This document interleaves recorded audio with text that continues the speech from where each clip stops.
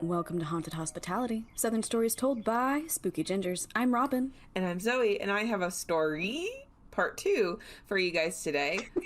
But first, Robin, how's life? Life is good. So I don't know if I've mentioned this on this channel, as if we have another channel where I mention things, which we do not. But I am in the seemingly never-ending process of apartment hunting. And one, it's draining. Stop it. World, just let me have one. I don't know. I don't know who to consult about that. The other thing, and this is just like a funny byproduct of it, so because of the roommate situation, and my roommate is not very much in town, I am, requesting permission and oftentimes being granted permission to videotape the apartments as I go through them so I can confer with said roommate about it. I would like to report that I just apparently have grown to a point where I have no shame whipping open strangers' closets, videotaping what I need for depth. And just, I feel like I am so invasive because I'm seeing like so many parts of their lives, but I'm like, I need to know the dimensions. I need to know the storage capacity of this place. I need to know if your faucets work. And anyway, by like the 10th time you've done this, I feel like a major stalker. Wow. And I guess I just need to let everybody know that. Well, I'm sorry. Not being nosy. I'm sorry? Is that the correct response? This is not like a venting thing. It's more like just a weird phenomenon. And like because the thing is, I'm not being nosy. I value privacy to a big degree. So I am putting the exact amount of non-interest I expect other people would put into my closet. But like, anyway, it's just so funny to me because now, like, at first I was like, oh, can I open this closet? And now I'm like, no, I need to know these things for my knowledge in this apartment hunting journey that, again, is never ending. I'm sorry. Right now is not the best time to look for somewhere to rent or buy or live. I just need everybody who's going to, or live. I just need everybody who's going to buy a place to go ahead and buy it, so potentially prices can come down. Is that how the economy works? I really don't know. And so then I can go and get into a place of my own. Well, Robin, you know I work in real estate. I do. You just Are you going to tell me like no. That's just not how it works? So you just said a sentence and you asked me, is that how it works? And it's taking every iron will of my being to not turn this into a real estate podcast.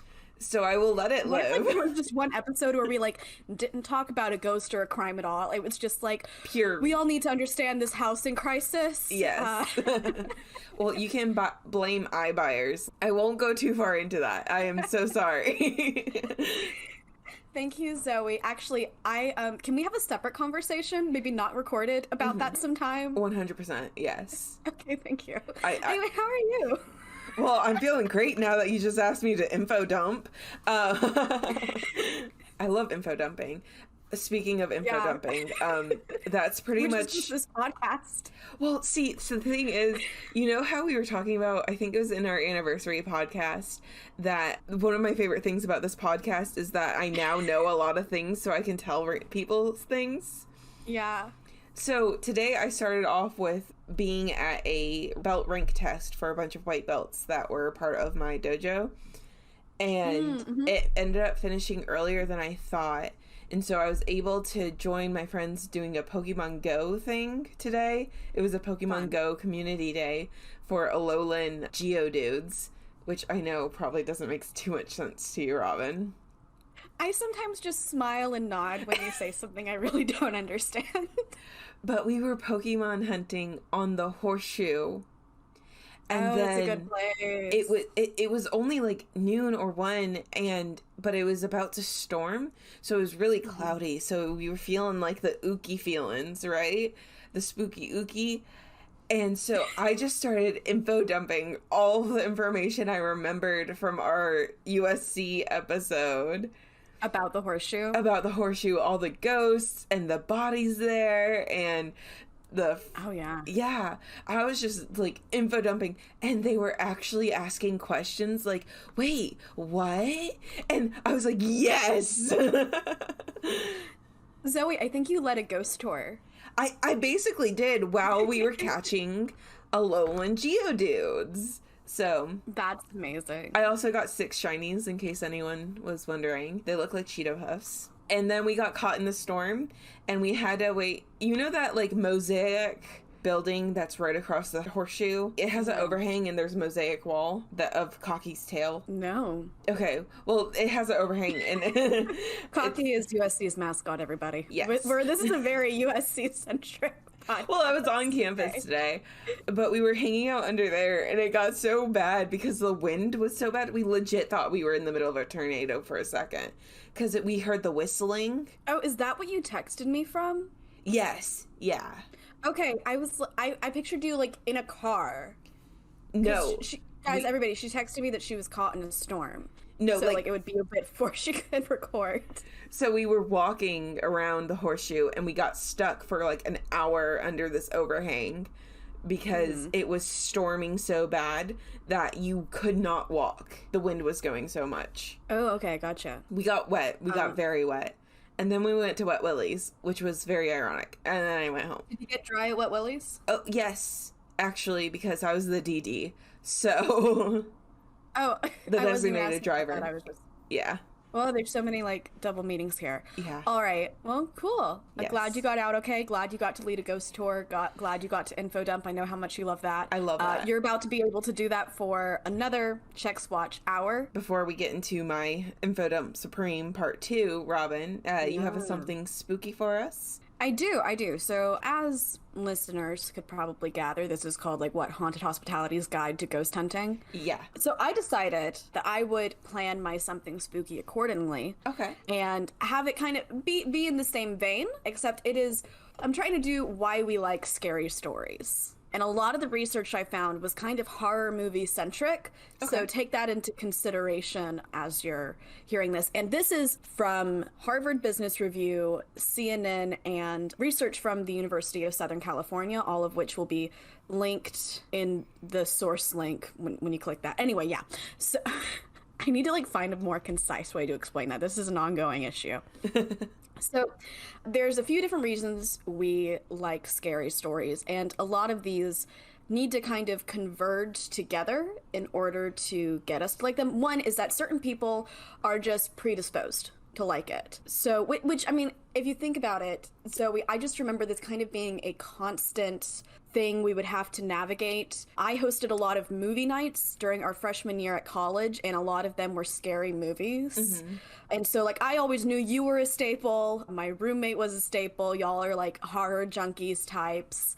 But then there were, like, certain people in our friend groups who I would have to, like, gauge if they would be able to be, like, even tolerate the movie. You know? Because something, like, and I think in terms of ability to enjoy horror and watch it all the way through without covering eyes, I feel like you are more there than I am. But I'm definitely, I enjoy it a lot, and I enjoy, like, the actual story of it quite a bit. Mm-hmm. But there are some people who are just predisposed to not wanting anything to do with horror, and that could have to do with potentially higher levels of empathy, like you really, like, absorb other people's emotions, so you can't really see people in, like, these distressing situations. And it could also just be, like, how not necessarily, like, secure you feel overall, but perhaps, like, how secure you feel, like, in the moment. Because a lot of the enjoyment of horror, and this kind of kept coming up again, is the ability to have some sort of remove from it. So, like, if we were, and I think this is part of the reason why I kept covering my eyes. So, like, when you're watching a movie on screen, some people are able to be, like, so much more like, this is just happening on screen. I can tell that I am in no danger, but I'm still enjoying the thrill of vicariously experiencing the danger, but without any of the real negative side effects of being scared for myself. Mm-hmm. So whenever I'm watching a scary movie, I'm always thinking, like, something is popping out of that dark corner over there. Yeah. Do you have that experience yourself? Yes. No, 100%. You do? Okay. Yeah. Okay. If I could watch a horror movie where somebody said, hey, I'm being 100% honest with you, there are 0 jump scares in this movie, and I believed them and trusted them 100%, I think I would be perfectly fine going through the movie. But it's the jump scares that get me. The jump scares, I feel like you have to be, okay, and this is kind of just me having I'm critiquing horror movies at the moment.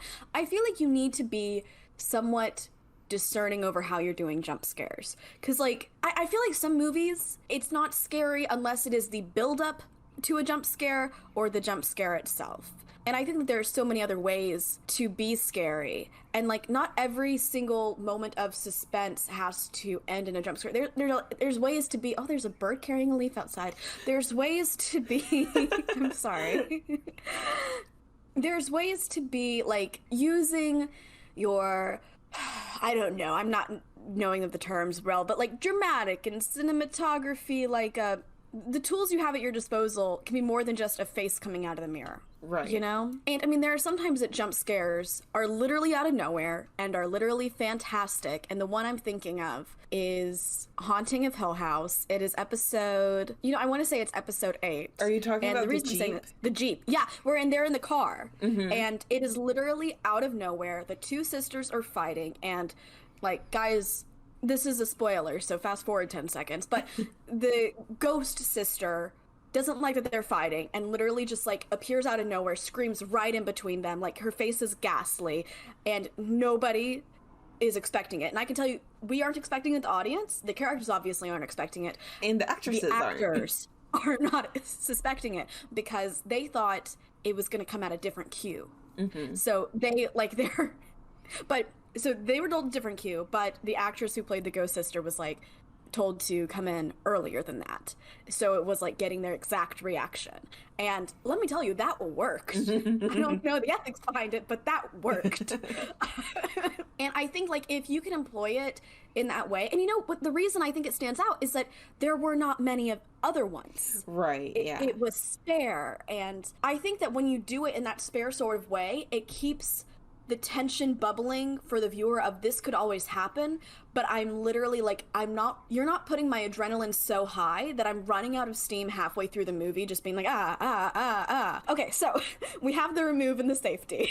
Yeah. We have the people who are genetically predisposed to it. Also, people who tend to like scary stories and horror movies, and this does check out, are people who are new adults moving out of their parents' house, potentially for the first time, because it is at a time when you are figuring out your, like, foundations for how you see the world.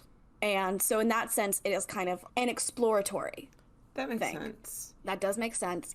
Another thing it is that you are able to see the darker parts of humanity. And this is more like for, like, psychological thrillers. I think an example that the Harvard Business Review gave, I believe, is The Purge, where you are, like, able to kind of see, like, okay, if people were in this situation where you were prowling the streets at night, or you have the ability, because the idea is you can do any crime at all.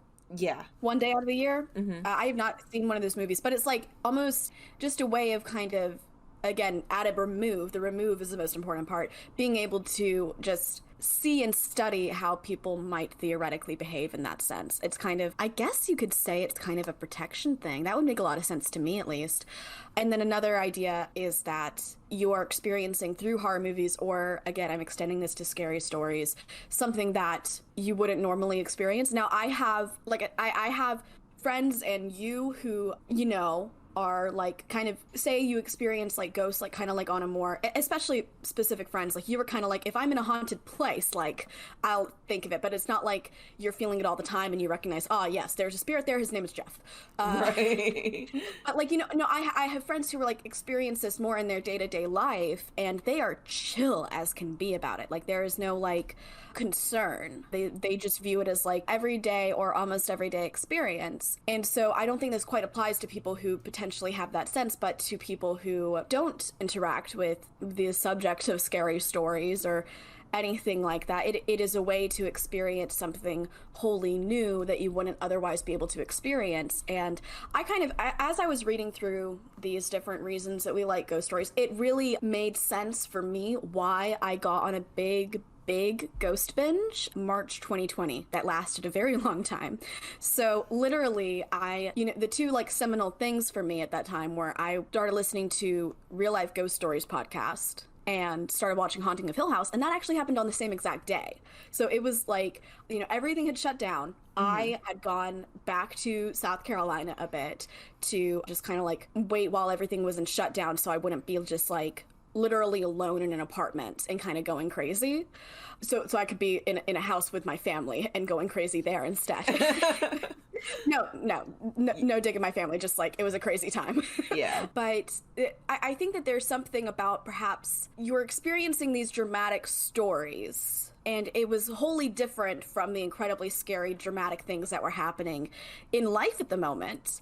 And looking back, I have to assume that the reason I like hooked onto it so much at the time, in a way that lasted really for months, and I got very deep into it, is because, like, so deep I started a podcast, was because it is a way of perhaps channeling all of the excess fear and adrenaline that is so hard to confront, especially when you're in a time like March 2020, when there were not a lot of answers, when you really didn't know how long it was going to take, when the full gravity of the situation, it's like you almost didn't quite want to process. But I'm like, I can't process this, but I can process these spooky stories. And I have to assume, like, perhaps that's why, like, I dove into it so big there. And, you know, I do wonder if that was potentially a trend that other people experienced too. So, like, guys, did y'all like start experiencing this more during the pandemic, especially early days when there were so many unknowns?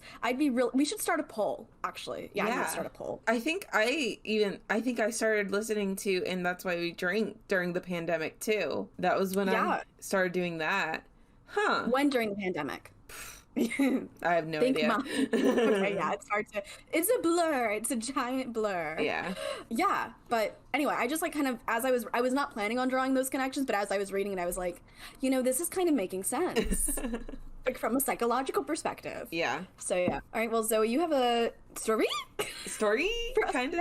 Yes, I do. So this is a continuation of last episode, where we started the process of going through the Haunted Hospitality Guide to Ghost Hunting, and we had a discussion about what a ghost is and the types of ghosts. And just a real quick recap, there's a poltergeist, residual hauntings, intelligent spirits, shadow people, and demons. And if you're like, oh, what's the difference between those? Go listen to the last episode, please. So, this episode, we're going to cover signs that you're being haunted / common ghost phenomenons. We're going to cover some ghost hunting tools. We're going to cover what to do if you think that you're being haunted, and some theories about ghosts if you don't believe in ghosts. I love it. The first one, signs that you are being haunted / common ghost phenomena. So, if you have seen any horror movie or show about ghosts, supernatural, you probably know a couple of these. So, 1, constantly feeling like someone is watching you. 2, strong odors with no source. So this could be the sulfur, the rotting meat, something like that. Or it could be a perfume that no one you know wears. Or like the smell of cigarette smokes or cigar smoke. We've had quite a few ghost stories with that. Yeah, the cigar smoke especially. I feel like whenever I hear of sulfur, I was always taught like that was like, demon. Well, yeah, that was actually in one of my things that hints that it's a demon is sulfur or the rotted meat smell. Yeah. Wasn't that like in your Goatman episode?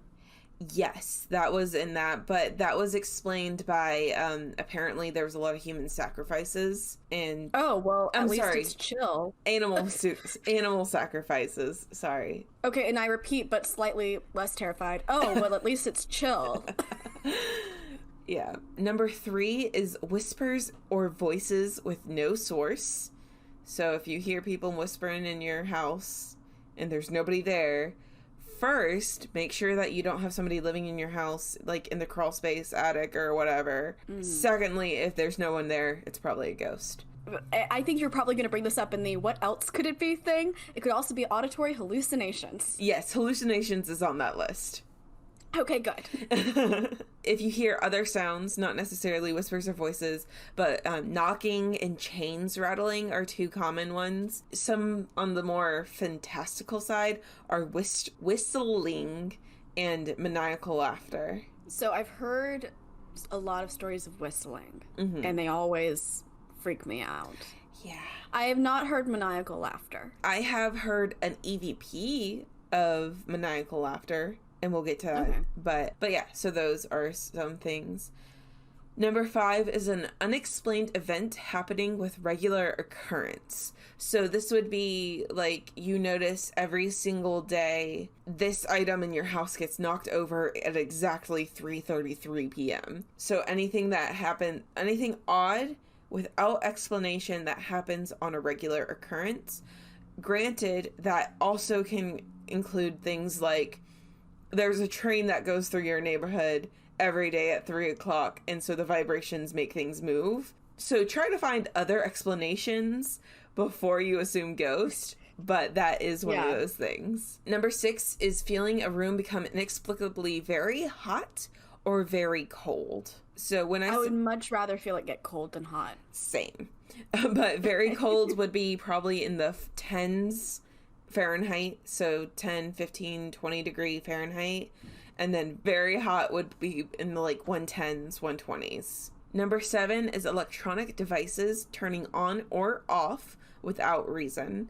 So just like a TV randomly turning on and no one's sitting on the remote, your phone randomly turning off and there's nothing wrong with the diagnostics, something like that. Battery operated devices draining inexplicably fast with no mechanical issue.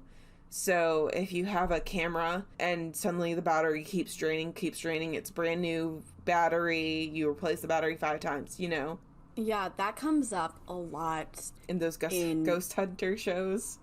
Ghost hunter shows. I remember there was like one university in particular when we did our, haunted college tour, that they would have like these like, and I can't remember which one. I can't remember. But they would have these like yearly ghost tours on campus, not ghost tours, investigations. Yeah. And it was like, oh, camera went out again, the battery's draining.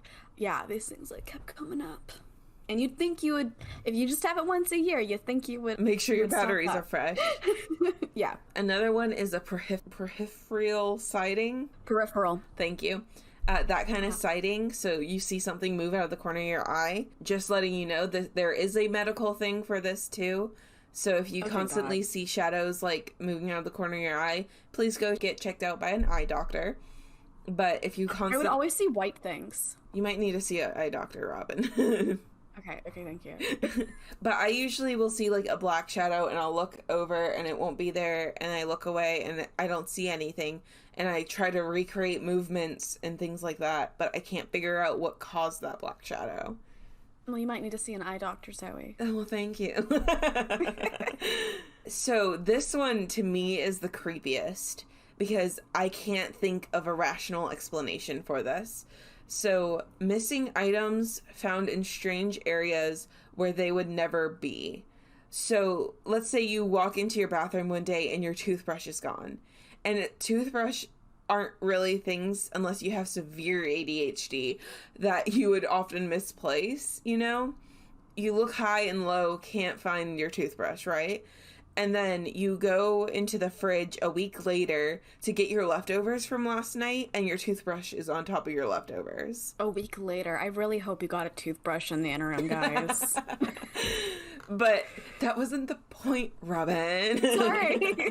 But the point is, like, something goes missing, and then you find it in such an obvious spot, and there's no explanation, because, like, the reason I mentioned specifically it's your last night's takeout. Well, you lost the toothbrush a week ago, but this is takeout from last night. So how did it get there? That's a poltergeist thing. So number 11 is strange dreams that you've never had before. I would add a little asterisk to that and say that you end up having repeatedly with no, like, stressor in your life. Okay. Because I have some pretty strange dreams, okay? Like, some weird I feel dreams. I feel like the human mind just sometimes will throw a curveball. Yeah. You know?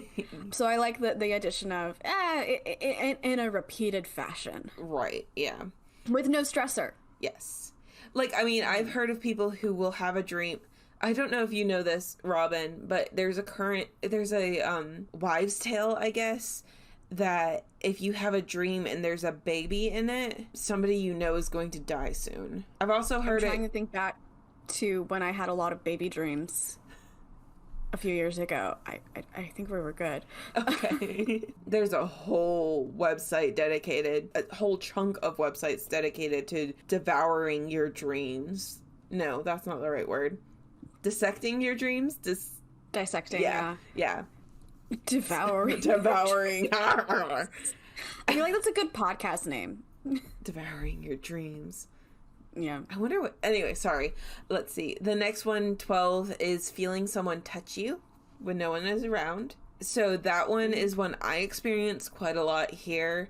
I will constantly feel the feeling of a cat rubbing up against my legs, and I'll look down to say hi to Soup, and Soup's like in the other room asleep. Mm-hmm. So that's one I feel all the time. So even if it's not Toes, there is a ghost cat in this apartment. I like to think it's Toesy. I like to think it's Toes too. The next one is 13, objects moving on their own. I feel like this one's a little self-explanatory, but if you see things flying around your house or apartment, that's probably a ghost. Cool beans. If anyone you know or you yourself have had mood swings or sudden irritability, that's a common ghosty haunting thing. So if Oopsie. Yeah. It's usually a demon thing, just saying. But if somebody's like not going through a really rough time in their life and they were hunky-dory and suddenly they're like having high mood swings and they're not pregnant, like that could be a sign. Okay. There's also like just there's other things that it could be. So it's kind of like, I say this as a person who routinely gets a little bit moody. Well, like, if you have an upset stomach one night, you're not going to automatically diagnose yourself with ulcers, you know? But if you have the stomach ache repeatedly and there's other symptoms of ulcers, and you've been taking a bunch of ibuprofen recently, maybe you'll be like, that's ulcers. So don't diagnose your ghost problem with one symptom. If there's a bunch of symptoms, that's when you might have to be like, there's a ghost. Wait, do ibuprofen cause ulcers? If you take too much ibuprofen too frequently without eating properly before it, yes. Thanks. You're welcome. Good to know. Also good insight about ghosts. Okay, number 15 is sudden and constant sleep paralysis. So if you've literally never gotten sleep paralysis a day in your life, and suddenly every single night you're having sleep paralysis and seeing the same things every single night, could be a haunting. Go ahead. Not fun. Okay. Not fun. That's the only thing I really have to say. Not fun. Number 16 is feeling weak, like the energy is drained from you.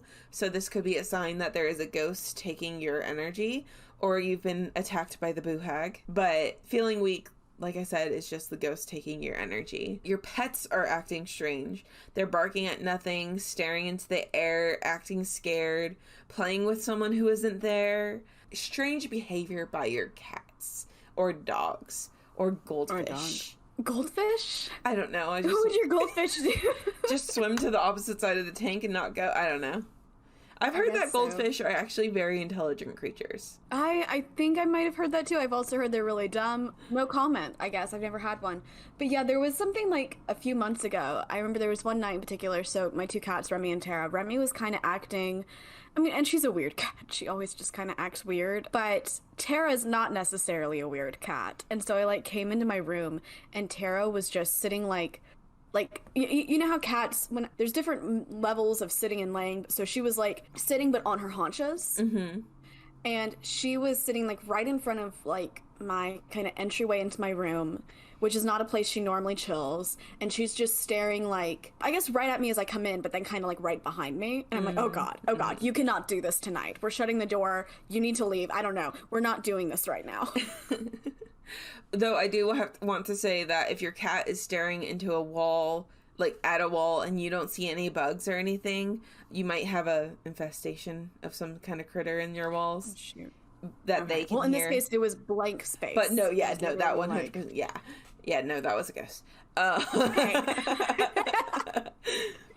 So this next one, 18, kind of goes with the feeling of constantly being watched.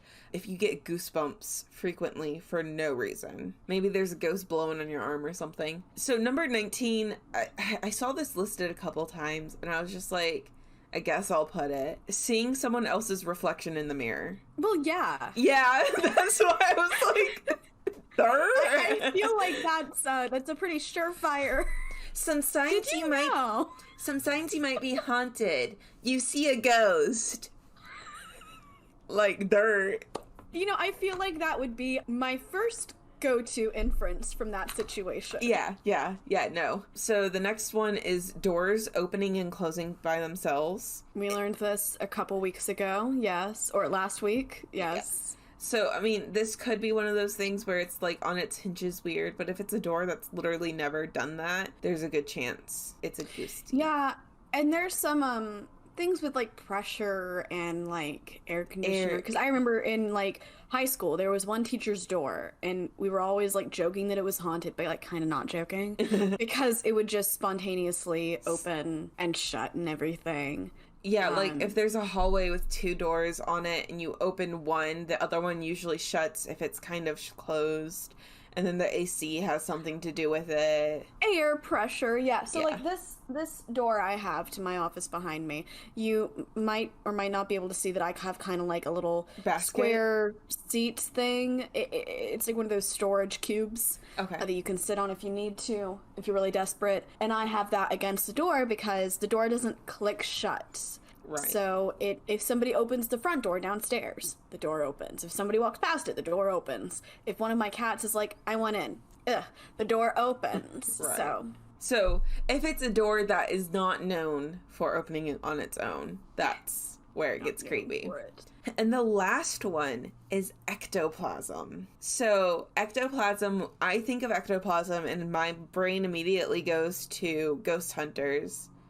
Ghostbusters, thank you. And the green goo, right? So ectoplasm is described online in multiple sources as being like the white runny bit of the egg, the not yolk. So it's described as that texture and color. However, ectoplasm can look like blood. And you know what that makes me think of, Robin? The mystery of the bleeding house? Exactly. Are we adding another theory to the list of theories that we never figured out? Are we adding ectoplasm? Yep. All right. It disappeared as quickly as it appeared, right? They didn't have to clean it up? Oh, no, they did have to clean it. And remember, it got tested and it was determined to be human blood. Okay, that's right. Are we still having it to the list of theories? No, never mind. I take it back. Hopefully taken off. Hey, at least we debunked something. Woo! Woohoo! So yes, that is the last item. If you see ectoplasm all over your walls, if the bleeding starts and goes away rapidly, then ectoplasm, you're being haunted. So let's say you think you're going to be haunted, so you need to get some ghost hunting tools, okay? Here are some ghost hunting tools you could get. I'm not going to say should. You could get, and some ghost hunting tools you probably shouldn't get. So, there has been a history of people marketing certain tools as ghost hunting tools, and people would be like, oh, how does this show where a ghost is? And they'd be like, it just works. Don't ask me. So there's no like back-upable proof behind ghosts, right? There's no... I'm aware. Yeah. That's why I don't say you should get. You could get. So the theory behind ghost hunting tools is that ghosts do have some form or matter in this world. It's not just like an image from a different world that we're seeing or anything like that. And it's just not a lot, and it's pretty hard to detect to the point where our naked eyes and ears can't detect it. And so ghost hunting tools rely on minute changes that we can't detect. And so these have pressure sensors that require not a lot to trigger them. These are listening tools like recorders that our ears can't hear, and cameras to see things that we can't see. There is a theory that ghosts have electrical energy. So Robin, I don't know if you know this, but humans have electrical energy within our bodies. So our nervous system is electrical energy.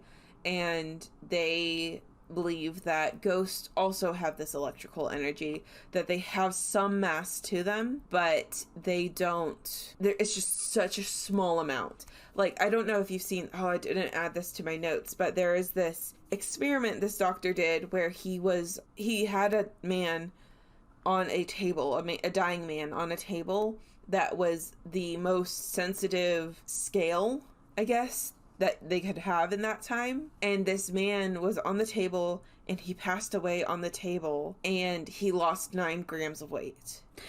I think I've heard of this before. Yes. So they believe that he lost his soul, and your soul has matter, just very, very light matter. It's 9 grams. So it's not very dense or anything like that. And so that's how your soul, your spirit is able to interact with the living world. And that's how these ghost detecting machines are able to pick up on them. Do you think at all that could have been like, you're dying, you're kind of like letting go of like air that was in your body? So that is one of the biggest like questions people have about it. But the person who did the study said that he was monitoring the scale for the inhale and exhale breath. So he said that the 9 grams was beyond the normal exhalation of breath. Granted, when you and I are breathing normally, we don't let out all air in our body, but air is less than 9 grams, I believe. Like a lungful of air is probably less than 9 grams. I genuinely have no like concept for what 9 grams of weight is. A regular paperclip is approximately half of a gram. Okay, so he lost 18 paper clips. Yes. All right. So that doesn't actually help me very much. Okay, so here are some tools that are used. There is the EMF, which is the electromagnetic field meter, which Robin, you have. The EMF reader reads EMFs. I just wanted to say that real quick because I'm going to use EMF to refer to the machine and what it's reading. Robin, you and I went through my apartment and with the EMF machine, and what it reads is the electromagnetic frequencies of the world around it. So every electrical thing that you have gives off a little bit of energy, electrical energy. And an EMF detector was originally created for contractors to know, like, so that they can put it up against a wall and know if there's a wire through that wall. That way they don't smash their hammer in it and electrocute themselves. So then somebody somewhere was like, oh, I'll use that to detect ghosts. So the theory is that ghosts have electrical energy, and that when your EMF spikes, it's reading the electrical energy of that ghost. However, it's really easy to use it wrong, because anytime you get a text, that'll be a spike. So you have to make sure your phone's off. If you're near a socket. If you're near a socket, if you're near any electrical wires, it'll go off. And so you can't really trust EMF readers in a house or place where there's electrical devices. And unfortunately, when you're doing an EMF reading, you probably have another tool that uses electricity. So if you notice it's spiking when you turn around, oh, that's because you have a walkie on your hip, you know? Your cameraman is right there. Exactly. EMF reading is usually best done when you're not inside and you're not somewhere where there's electrical power. A cemetery. A cemetery would be, if you turn your phone off, don't do it alone, please. If you turn your phone off and you're in a cemetery, that would be a perfect place to do EMF detecting. I don't think anyone's being buried with an active, like, charged device. They loved this phone. We are burying them with this phone. And we're going to regularly send them texts. So Geiger counters are the next tool I'd like to discuss. These read the ambient radiation in a surrounding area. So you've heard of a Geiger counter. It's that thing that goes click, click, click, click, click, click, click, click, click, click. And it's usually used in movies when they're going into a nuclear base or something. I think so. Okay. Well, you know, too much radiation can kill you, so a Geiger counter reads the radiation so that you can stay away from highly irradiated areas. And this is another one of those situations where people are like, oh, ghosts give off radioactive energy, so you can use this to hunt a ghost. And to me, electrical energy kind of makes sense but the radioactive energy doesn't really make sense, just personally. People don't give off radioactive We energy. do, though. It's just really minute. Okay. It's really tiny. It's tiny, tiny, tiny. But the Geiger counter that you would be buying would not be able to read those tiny little blips. Okay. So unless you are a state-of-the-art scientist who specializes in nuclear physics or whatever, you're most likely not going to buy a $3,000 Geiger counter that can detect the tiniest amounts of radioactive energy. You're going to get a normal $20 one off of Amazon, and it's not going to work. Though, if it does start going off, I highly recommend you start moving in the opposite direction. Yeah. So the next tool that you can have on your tool belt is a thermometer. So this, I hope I don't need to explain what a thermometer is, but it is a tool that can read the temperature of a surface or a room. So these are usually used when a ghost hunter feels a cold or hot spot. And so they'll take a temperature, because you can't, I mean, you could, but it won't be very scientific. Like if you're writing a log of trying to prove ghosts exist, if you put, it felt cold, nobody's really going to take that because they don't know you. Maybe you're just a cold person, you know? So yeah, being able to have that thermometer out and like take temperature of the air, you could say it was 14 degrees when previously it was 70, you know? Now, I did see one, I think I mentioned him in the last episode, the one that was like, you're a stupid head for believing in ghosts, but here's all this fact about ghosts. He said that there's an issue with the thermometers that ghost hunters use because they use surface thermometers. And these are like thermometers where you like point at a surface and you take the temperature of it. He said like that's not accurate, and you would be measuring the surface, and maybe that surface is really cold, but the air isn't. And any thermometer that you're going to use that would measure the air, it would need to be in the room already, and it has to be taking constant measurements, and it's a state-of-the-art product again that wouldn't really work. I don't know if I believe him or follow his train of thought, but I did want to say it just because I don't want people being like, well, you're stupid. So okay. But I think thermometers will work really well if you do end up getting a cold spot suddenly. And I would say a fluctuation of 10 or so degrees probably isn't really anything to write home about, but like 50, no, that's a thing. Dear Mother, the temperature was 70 degrees Fahrenheit. I felt a chill and realized, oh my goodness, it was 60 degrees Fahrenheit. Please advise. Go to bed, is what she would say. Drink some water. Yeah. So the next one is infrared cameras. So these are cameras that can pick up on temperature changes. So the theory is that you feel cold spots because ghosts are cold. Okay. So theoretically, you can see a humanoid shape or just a dense pack of air that's really, really cold or really, really hot, and there's no explanation for it. Like, there's no AC unit above it, and this infrared camera, if running, could capture a ghost on footage. And so it's as simple as that. It's just catching a cold or hot ghost. You know, I think that would be really, really interesting, and just seeing, like, yeah, it would just be interesting to, like, put some, like, an infrared camera out, I think, like, overnight, and then just, like, fast forward through the footage and just see what happens. Yeah, you have to have more patience than I, but...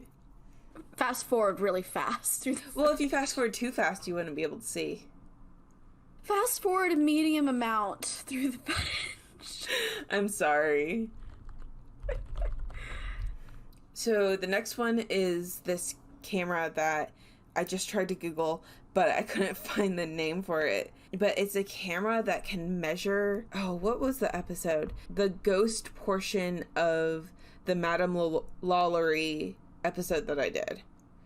Mm-hmm. So our last double feature. They had this camera that can detect the mass of a ghost. So basically, if you or I stood in front of this camera, it would draw shape, like a stick figure over us, because it would register where our mass is. Okay. It would have the circle for the head, neck, the shoulders, and it would have joints for our arms, you know? So it would be like a really kind teacher playing hangman with her students kind of stick figure. Okay.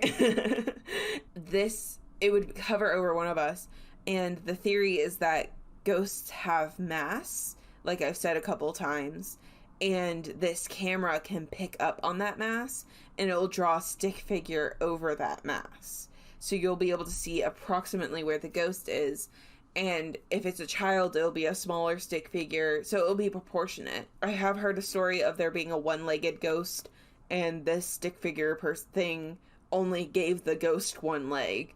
So it's for you to be able to see where the ghost is in the room, and it is live, so it's not something that you have to watch back. Like, you can watch it as it's happening.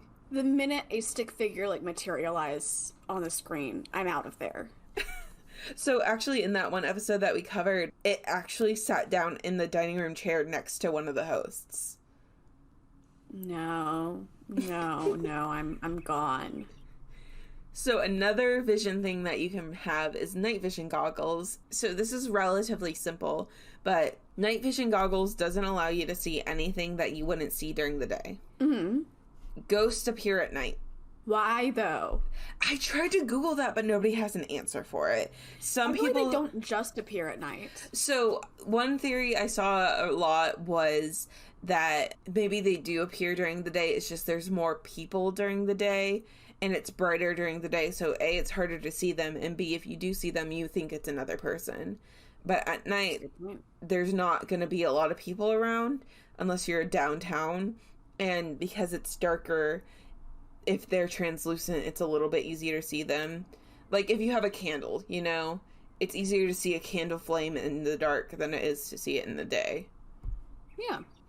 So that was the biggest theory I could see, is like, well, maybe it's not that they're only there at night. It's just they're harder to see during the day.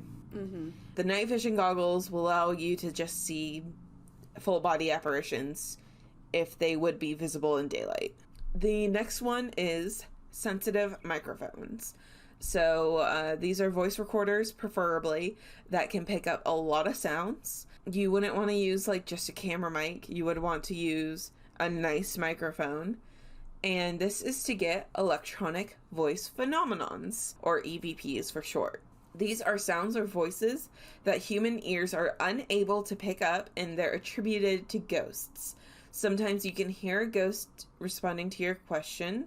This is not something that you would hear at the time of haunting. This would be something that you listen back to later. So you would be recording, you would say something like, "Michael, are you here?" And later when you're listening to the recording, you would hear your own voice say, "Michael, are you here?" And Michael would say no. And you wouldn't hear that no in person. Okay. That's what makes it an electronic phenomenon. Yes. And I mentioned this in the past, but I was able to find the grading class for it. There's a grading system for EVPs. And if you go to my sources, which are linked in our show notes, you can find the link for wisps.org, and you'll be able to hear examples of these different classes. Yeah, so we actually covered this a little bit in, I think, the King's Tavern episode, or something one of those in that time realm. But I remember something about, like, for example, A is very distinctive, like you can hear it back, and you don't need any kind of prompting to know what they're saying, versus like when it comes to like C, etc., it really needs to be laid out for you what you're saying. And so then of course it just calls into question, like, you're probably just thinking it says these things because those are the words on the screen. Ghost Adventures. So yeah. A was spot on. C is actually a little bit higher than that. So Class A EVPs are very clear and easy to hear and understand without manipulation of the audio. So, like, without any, like, amplification, noise removal, anything like that. It's very clear and easy to understand. And pretty much everybody who listens is going to be like, oh, yeah, he said hello. Yeah, okay. Class B are loud and rarely need enhancement but they're not necessarily readily understood. You may need to loop it a couple times fully understand, but once you do, you can be like, oh yeah, he probably said hello. Mm-hmm. Class C are faint and can only really be understood when they're enhanced, and you may need headphones to listen to it, but once it's enhanced and isolated, you can hear the words pretty clearly. Okay. Class D and G EVPs are the kinds you were speaking about. So Class D is like if it's faint and you can't make out the words, it sounds like, and you have to amplify it 5 times just to hear that. And the words pop up on the screen that says potato, and you're like, yeah, I guess I can hear potato. And then Class G just stands for garbage. It's usually people who are trying to say that it's EVP, but it's not actually. Gotcha. There is one more class, though. What's the other class? It's Class R. Do you want to guess on what it is? No, I don't know. What is it? It's anytime Robin says anything on this podcast. I'm 100% joking. I am joking. Oh my gosh. So, Class R is a very, very, very rare, and most end up turning out to be either a coincidence or a hoax. But these are EVPs that are only able to be understood when played backwards. Oh, yeah. R is for reverse. So the next tool that you could have is a spirit box. This is a device that jumps through AM radio channels very quickly, like so quickly that all you hear is white noise, right? And have you seen the Transformers movie with Shia LaBeouf? No. Okay. Well, in the Transformers movie with Shia LaBeouf, Bumblebee is the Transformer that Shia LaBeouf gets, right? And Bumblebee's voice box is broken. And how he communicates to Shia LaBeouf is that he will cycle through radio stations until it's saying what he wants to say. So there's a point... Oh! Yeah. Mm-hmm. Yeah. So, like, he'll play radio ads, music, clips, you know, and he'll go really quickly between the stations. That's kind of what's happening with spirit boxes, but spirit boxes, like, jump through the channels so quickly that the spirits, in theory, are able to use the box to create words or phrases using their own energy and the AM radio signals, and it's their own voice in the spirit box. So if you say, hey, are you 13? Or you would say, hey, how old are you? You would hear a 13-year-old girl's voice saying, I'm 13, through the spirit box. And this is heard in real time. This isn't like an EVP where you have to listen back. This is heard in real time.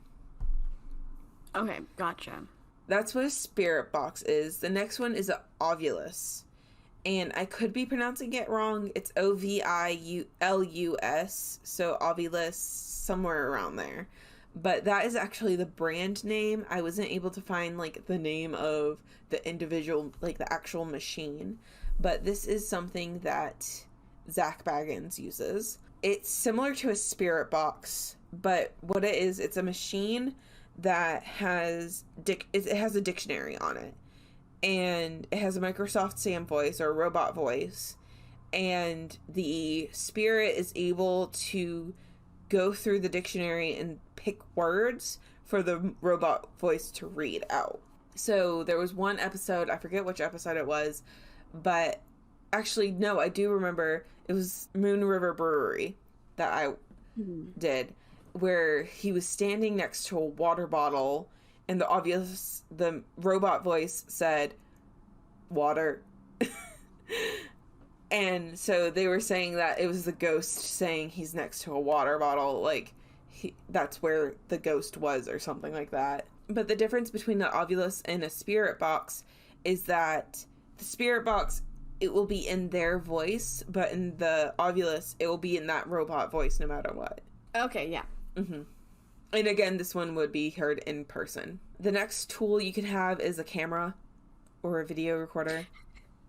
Okay. I feel like I don't really need an explanation for that. But okay. To catch things if they start flying, you know. So the next one is really a genre of things that you can get. I would call these probably analog communication tools. So this is a Ouija board This is pendulums and dowsing rods. Okay. Can I just say, I'm anti-Ouija board, as you know. Mm-hmm. But honestly, part of me wants a pendulum. And most of me wants that because I think they're pretty. True. A Ouija board, I feel like everybody knows this. It's a board that has the alphabet on it. And you have a planchette that every player puts their fingers on the planchette. And it has a little hole in the center. And that hole will hover over letters and it'll spell out words. So you can say hello, ask the questions, and then make sure you say goodbye at the end. And that's how you can communicate with the Ouija board.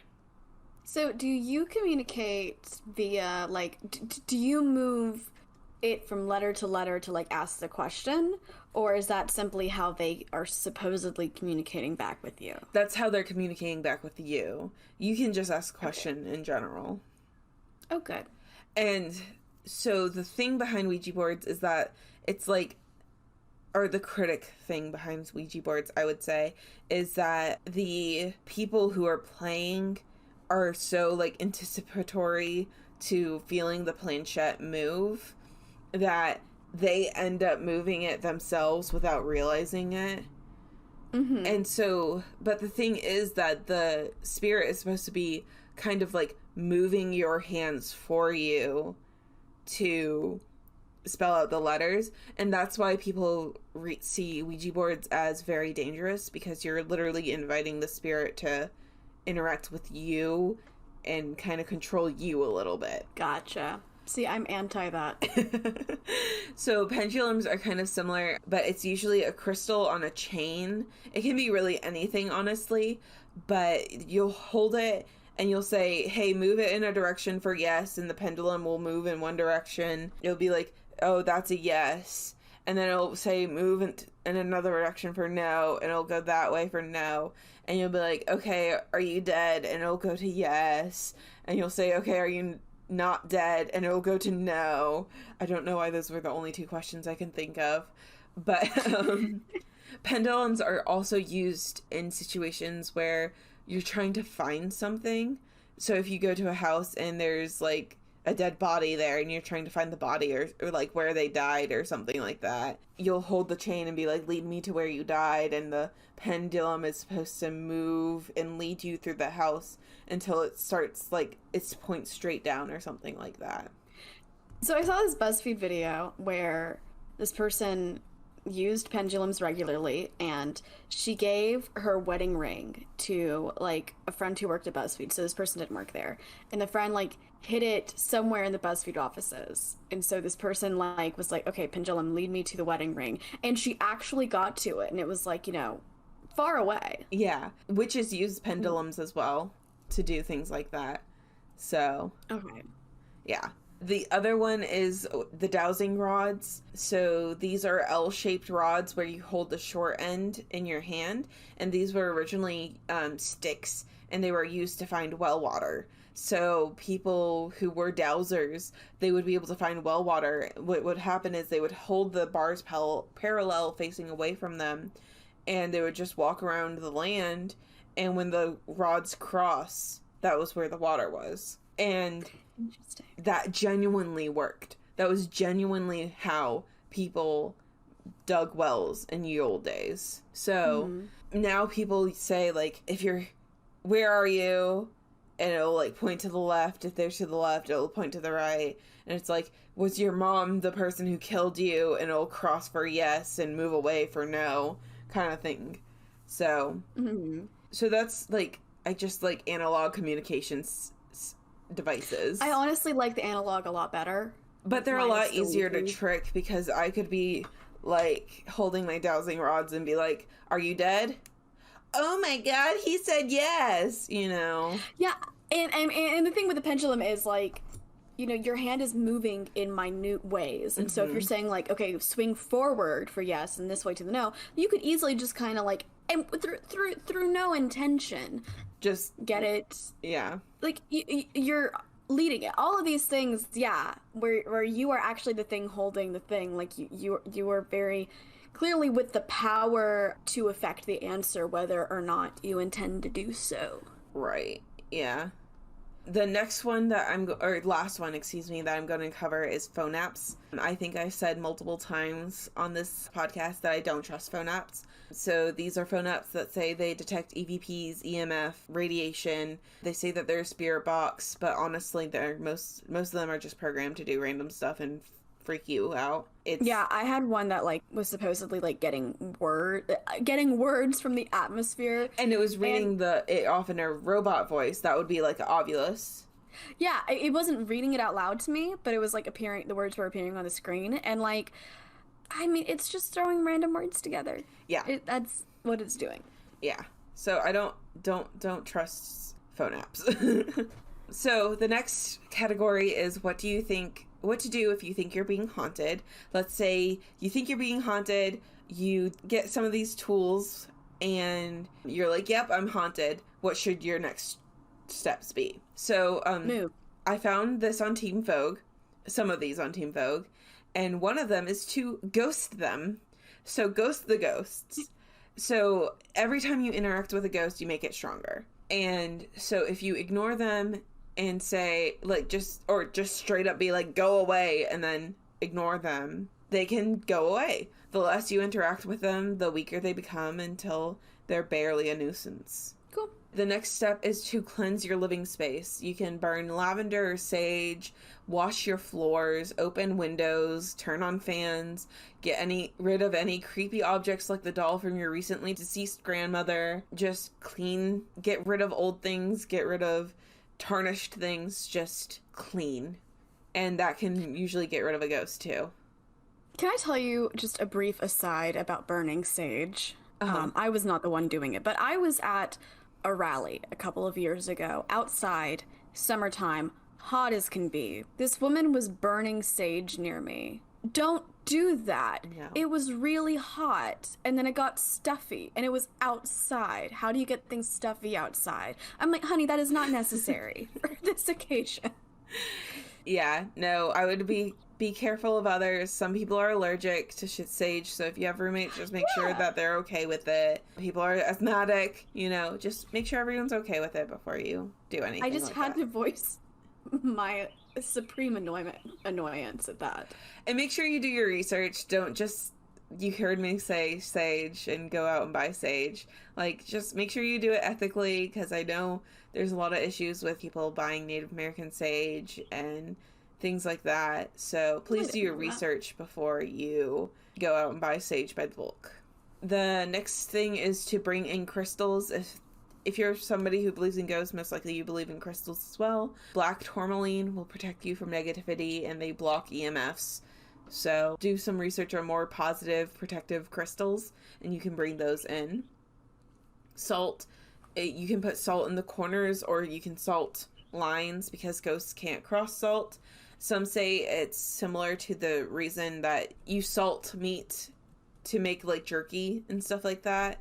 So salted meat, salt keeps away rot, keeps away dead bodies, keeps away ghosts, kind of thing. So other people say it's because, well, I know like vampires have to count rice. Maybe it's similar to that. But also salt is a crystalline structure, but it's not an organized crystalline structure. So they can like get lost in it. I don't know. There's no science behind ghost hunting. Number 5 is to keep a log or journal and make notes of the time things happen and what exactly happens. So if you're being haunted, make sure you write it down, have a journal, maybe take photos if you can. Then send all these things to us. Also, if you happen to be seeing a therapist, there might be some things that you want to share with a therapist or maybe a doctor. Or at least get somebody else that you love and trust to look at it, because you could be taking pictures of what you think is something freaky, and they're like, hey, there's nothing in that photo, you might need to get checked out. So just show it to someone you trust before you automatically think it's a ghost or something like that. The next one goes along with that is get your house inspected. If you're smelling rotten flesh, there might be a poor creature in your wall. If the walls are creaking, you could have structural damage. If you're seeing things, there could be a CO2 situation going in your house. Toxic mold is an issue that can affect this too, right? I believe so, yes. You can get sick off of it, and if you're inhaling enough of that stuff, you know. And okay, not to bring everything back to Haunting of Hill House, but I mean, the house itself was kind of creating this like black mold issue within it. Mm-hmm. And like the room that, okay, spoilers, the red room at the center of it, which, you know, of course everybody was having either hallucinations or paranormal experiences in, once we actually saw it for what it was covered in mold. Right, yeah. And there's kind of like a theory of, well, did anything paranormal happen in that show? Or were these people suffering from mold poisoning? So, like, people, like, really, there are things that, and, like, that would explain a lot of the reasons why old houses are supposedly more haunted. It's like, no, there's just, this house might not be super inhabitable. Right. And you are having negative effects from living in there. There's faulty wiring. Yeah. I'm just going to shut up, but, like, there's just a lot. Check your house out. Yeah. Yeah. Get your house in order. What is that? So once the house inspector comes in and they say everything's clear, get a priest. If you're not a Catholic, you can get a paranormal investigation team coming in, but get somebody who knows their stuff to come in and either bless the house or do some more in-depth research. Just please make sure that it is a legit person that you're inviting into your house. They shouldn't be asking for money if they're a priest or a paranormal investigator. They shouldn't be bringing any reporters unless it was previously agreed to by you. They shouldn't be doing anything creepy, and make sure you have somebody with you so that they can't do anything to you. So please just be safe. I also feel like Catholic priests are like the ones who are like most associated with these type of cleansings, just because. Actually, I feel like there could probably be like an entire thesis on why. Well, but it's the Pope I'm sure that like can whatever do... like your religious persuasion is. Sorry. I'm sure like whatever your religious persuasion is, like there's probably like a person for this kind of thing. The reason I said Catholic is it's because the Pope is the only one who can allow an exorcism to happen. So a priest can bless your house, but it's not an exorcism unless the Vatican says it is. But that's also looking at this with a very Catholic lens, like what you and I, through our Western lens, might understand as needing an exorcism might be a completely other thing in a different religion. Right. But I don't actually know a lot of the details about that. But you know what, we should. We should look into these things. Yeah. So that ends what you can do about it. Of course, you can move, as Robin says. But if it is a poltergeist, it'll just move with you. Just saying. So, some critical theories about ghosts. Unfortunately, we're going to have to kind of speed through this a little bit. So I feel like we've already kind of done a little bit of the naysayer while going through all of this. But hallucinations, this could be an adverse reaction to medicine, a mental illness you did not realize you had, CO2 levels in your house, or maybe you just you watched a scary movie and you thought you saw something, you know? So just hallucinations, auditory or visual hallucinations is a possibility. Sleep paralysis, we've covered this up, down, left, and right on this show. So, what episode do you know? It's a scientific phenomenon. So I went in on it. Was it the Hat Man episode? I think it was episode... It was right... I talked about it a little bit then, but I think I really dug into it during the Something Spooky in the subsequent episode, which would be episode 12, Moon River Brewing. Gotcha. Okay. Yeah. So this is another thing we've mentioned a couple times, but it's pareidolia. So this is called bottom-up processing, and this is what allows us to be able to see a cloud and be like, oh, that looks like a bunny, or see random patterns in the wall and say, that looks like a face. So your brain will sometimes focus on one thing, and it will try to find a pattern and logic and reasoning in it, and maybe you just missed something. You know, like, an intentional blindness kind of goes with this. Robin, you've heard of this probably, but have you ever seen that video where it's a bunch of people are playing basketball and they're wearing blue shirts and red shirts, and it says count the number of times the people in the blue pass a ball, and so you have to count the number of times the people in blue pass the ball, and then at the end of the video it'll be like, how many did you get? Was it 13? And you'll be like, oh yeah, I got it. And they're like, but did you see the gorilla? And so if you watch the video back, there's a person in a gorilla suit that just walks through the middle of it. And you don't see them because you're focusing so much on counting the number of passes of the people in the blue shirt. Wow. Okay. And so inattentional blindness is when your brain is focusing so hard on one thing, it doesn't see something else.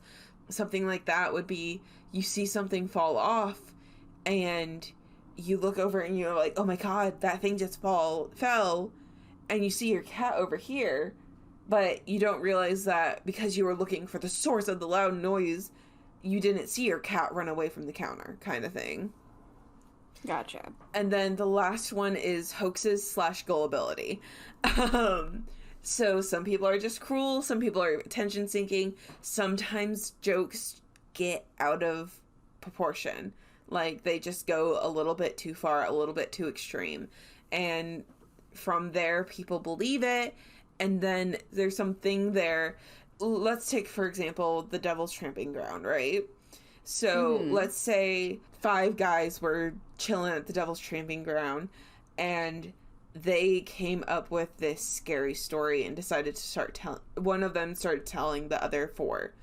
And the other 4 trust this person, so they believe him. And then they start seeing weird crap in the middle of the night. And it could just be an owl, but because their senses are high, because they've been freaked out by the story, they're gonna think it's the demon, or the devil, or the ghost dog, you know? So then they'll see this stuff and be like, oh my God, that's a ghost dog. I saw it. And so they'll go home and they'll tell their friends. And their friends will tell their friends. And it will go on there where everybody goes to this place with this heightened sense of, but then normal wood stuff happens. And they believe it's the ghost dog kind of thing. And so just hoaxes and gullibility. There are some times when I'm doing, research and I'm trying to collect experiences that people have posted online about this specific place. And there's definitely times when I'm like, no, I'm not putting that on there because I think that you're lying. Yeah. And I mean, obviously people could be lying about a lot of these things. People could be embellishing the truth. Maybe in that sense, I hope that our listeners are understanding that we're trying to pass along what we think. Not necessarily oh, this definitely happened, but this is at least what this person experienced. And so we're trying to do that as much as possible on our end, but also take everything with a grain of salt because this is the internet, folks. And it could be that maybe not somebody was lying, but they wrote something or said something for a particular audience that knew that they weren't, they were just telling a story. And then somebody outside of that audience heard or found it somehow. Yeah. And they didn't know. The Slenderman effect. It was written fictionally for a fiction thing. And people saw it without knowing the context of the competition that was happening. And thought that there was a Slenderman ghost. So, or creature of some sort. Cryptid? I don't know. God. I guess. But yes. Yeah, the Slenderman kind of morphs between categories, I think. Yeah. But yes, Robin, that concludes part 2 of Haunted Hospitality's Guide to Ghost Hunting. Well, thank you for sharing and getting together this little repository of information that we can just reference in the future. An audio encyclopedia of sorts, I would say. Audio encyclopedia. I love it. Guys, if you enjoyed today's episode, please rate,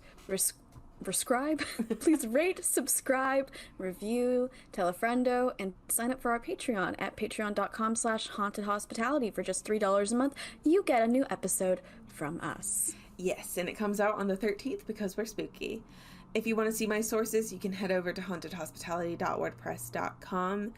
Also, if you want to send us your own spooky story, maybe you've seen a ghost, or you have any questions about what I covered, I would love to cover it in the next episode.